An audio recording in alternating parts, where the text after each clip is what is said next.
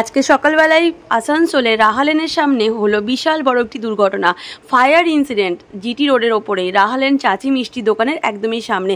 কিন্তু এই দুর্ঘটনাটি হলো কি করে? যদিও এই আগুনটিকে নিভিয়ে ফেলা হয় খুব চটজলদি দমকলের মাধ্যমে, দমকল নিয়ন্ত্রণে নিয়ে আসে সিচুয়েশনটাকে, কিন্তু কি করে হলো এই এত বড় দুর্ঘটনা, কি কি ক্ষতিগ্রস্ত হলো মানুষের, সমস্ত কিছুই ভিডিওতে থাকবে। অবশ্যই ভিডিওটা পুরোটা দেখবেন।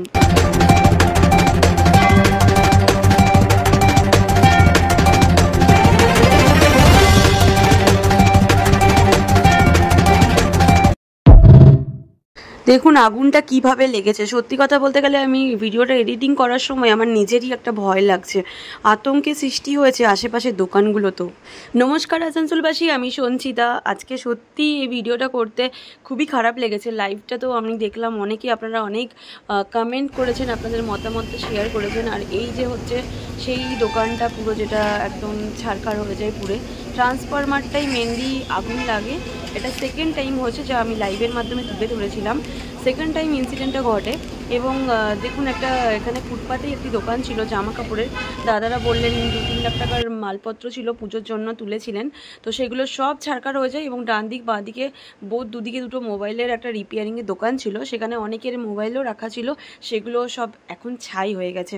সত্যি কথা বলতে গেলে জানি না, আমি ডিটেল ভেতরে ঢুকতে চাই না। অনেকেই কমেন্ট করেছেন যে ফুটপাতের দোকানগুলোর সম্পর্কে, সেসব আমি আলোচনা একদমই করতে চাই না। অ্যাড্রেসটা বলছি আপনাদের সাথে। এটা হচ্ছে আসানসোল রাহালেনের একদমই সামনে, চাচি মিষ্টি দোকানের সামনেই ভোরবেলা আজকে 6:30 নাগাদ এই আগুনটি লাগে। মানে চারিদিকে এত বাজেভাবে আগুনটা লাগে। আগুনের ছাঁচেও কিন্তু সাথে ছিল একটি এটিএম, সেই এটিএমটাও কিন্তু অনেক ক্ষতিগ্রস্ত হয়ে যায়।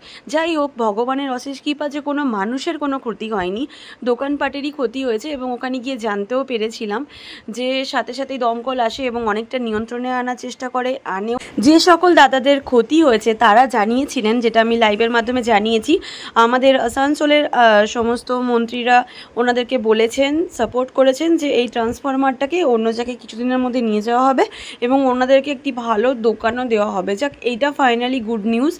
আর সেকেন্ড হচ্ছে যে এই ট্রান্সফরমারটা যারা আগে ঠিক করেছিলেন তারাই নাকি আবার ঠিক করছেন, তাই ওনারাও একটা ভয়ের মধ্যে আছেন যে আবার কোনো দিন এরকম কিছু একটা হবে না তো ট্রান্সফরমারটা ব্লাস্ট হয়ে যায় এবং এই দুর্ঘটনাটি ঘটে।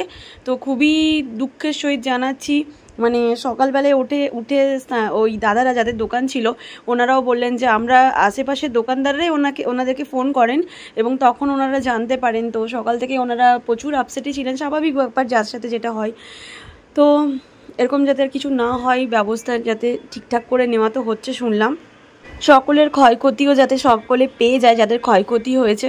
সকলেই খুব ভালো থাকবেন, সুস্থ থাকবেন। দেখা হচ্ছে সকলের সাথে নেক্সট ভিডিওতে। রাধে রাধে।